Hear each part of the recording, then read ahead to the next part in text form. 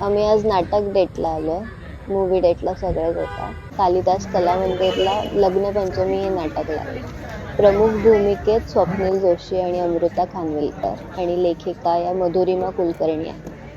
आणि जस्ट आम्ही एंट्री करतो. मी चुकून बाल्कनीचं तिकीट बुक केलं. थोडंसं रागवली होती मी, पण ठीक आहे. तर तिचा मूड नॉर्मल झाला. बस वाटच बघतो.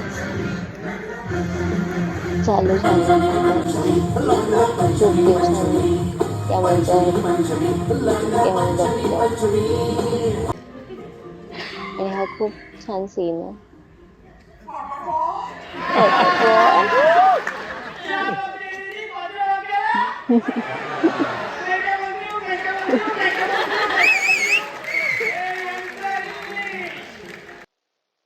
नंतर निरोप. Bye bye.